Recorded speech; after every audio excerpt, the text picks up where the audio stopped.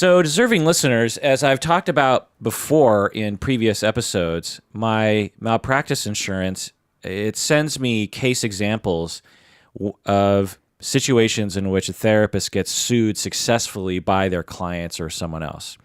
Whenever I see these emails, I always read them.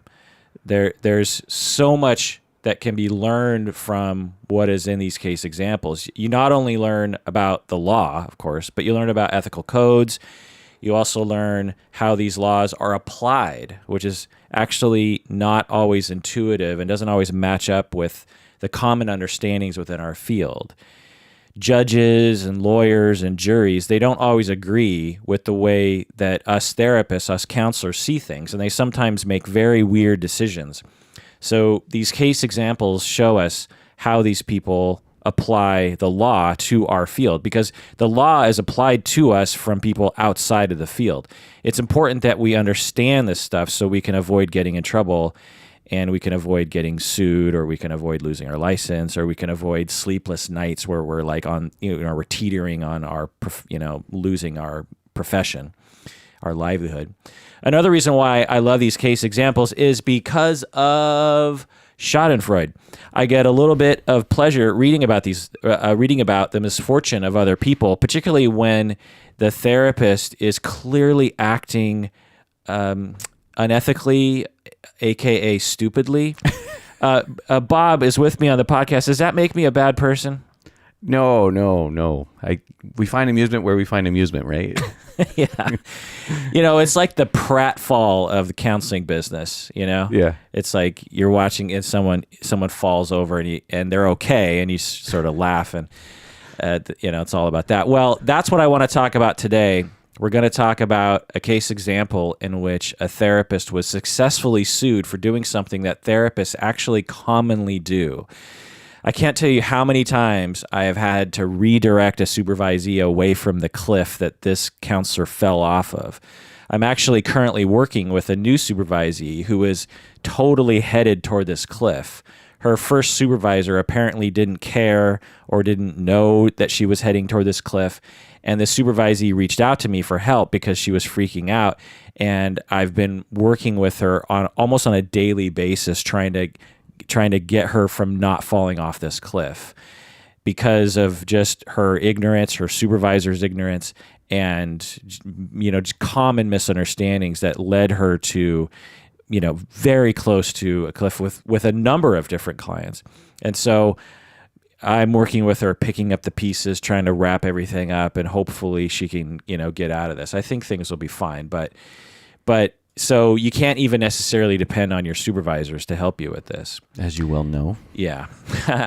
Bob has said that because, actually, let me thank Bob publicly here. I have, as everyone knows, been working on a book on supervision, and Bob is a legit writer, and so he has reviewed my book twice now.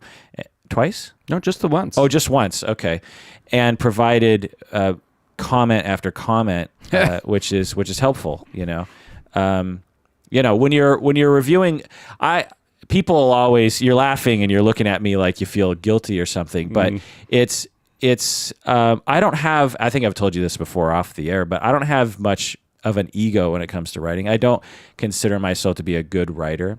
And so when editors that are actual good writers provide feedback, I'm more just kind of curious about, like, oh, that's interesting that's how it comes across, because you just never know how your writing is going to come across to someone. It makes sense in your head, but how does it come across? That's the important thing. It doesn't matter how it rattles around in your mind. It matters what is the reaction in another human being. That's the key. And so to get that feedback is like, oh, okay, well, that's good to know. I should know that detail because that's not what I'm trying to say.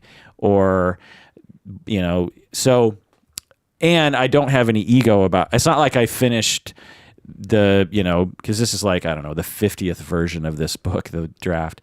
It's not like I finished it and went like, yeah, I knocked it out of the park. That's a home run. So, at best it's like, a swing, a check swing or something of if we're going to use the baseball metaphor. And so I'm not opposed to. So thank you so much, Bob, Sure. for providing all that feedback. It'll definitely, absolutely make it a better product. And all the other people, incidentally, a number of you patrons have actually provided feedback that has also been extremely helpful, namely Noah and Ryan and Nathan. And actually, my good friend Sarah, she is a professional editor as well, and so she's been helping with me as well. What's the ETA on that? Do you know? Very soon, I am getting the final edits from. I still need it from Sarah, and then I'm going to do a final run through maybe next week, and then I'm just going to be done with it because you just have to, you just have to. Pull the pin, so to speak, Right. and take the leap, and it'll never be perfect. And frankly, I don't care. I'm going to self-publish, and if it's not perfect, it's not perfect. As a reader of other, at Antioch as a professor, I read people's papers all the time, and there are typos and there are little kind of weird areas, but as a reader, I'm mostly looking for what's the gestalt here? What do I walk away with? Right. And if the message is worthy, all the other stuff is incidental. If I catch typos in legit published books sometimes, Sure. or weird sentences or weird structure, but I don't go like, I don't throw the book across the room. I'm just like, well, that's not how I would have done it, or Right. maybe this was a little rushed. But if you make the point that it's not about the typos, it's about what is the message. Yeah. And the good feedback from people, particularly this latest draft, is people are saying, I'm getting the message loud and clear, and it's convincing. That the state of supervision is not great, and there needs to be something done. So, I mean, is that your impression of what? Yeah, it's totally my impression. I've had many bad supervisors. Yeah. Some good ones. And for folks who are out there interested in becoming supervisors, Kirk's book is a very good reference. Totally worth your time. Yeah. Well, thanks. Yeah.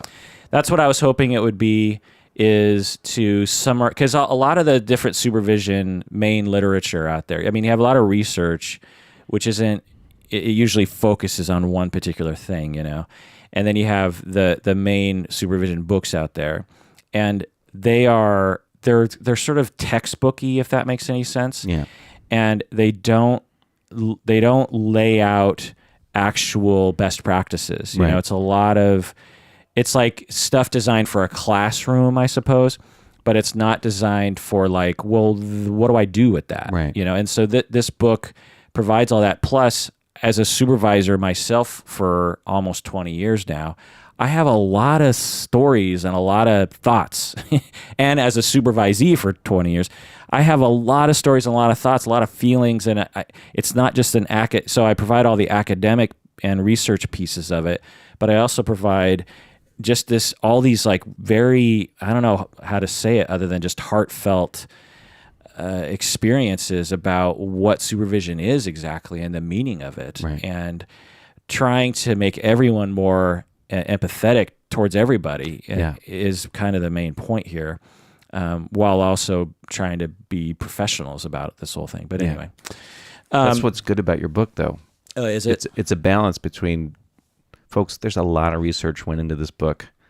Yeah. Kirk must have read everything. I read, thousands of research articles. Yeah. Yeah, well, they're all in there. Yeah. Referenced. Yeah, half the book is the reference chapter. Right, yeah. So, but the thing is, though, that makes it dependable. Yeah. You can read it and confidently Right. accept the message that you get about what is good supervision and what are its facets. Right. There's, actual empiricism that Right. has been going on for decades that you can call upon as a guide. Yeah, it's not the Kirk Honda show of how to be a supervisor. It's really a very good companion if that's something you're pursuing. Oh, thanks. Yeah. Yeah, I learned so much. I mean, that's part of the reason why I wrote it, was as I was diving into writing it, I started to think, I didn't know that. and then I thought, well, maybe if I wrote about it, I could kind of it's almost like taking notes when you write, right? It's sort of, you internalize it. The more Yeah. you write, like now, especially after revising this thing, this book I've memorized in my mind. Yeah. You know, even particular studies I've memorized because there's certain studies that are so. Anyway, welcome to the Psychology in Seattle podcast. I'm your host, Dr. Kirk Honda. I'm a therapist and a professor. Who are you, Bob?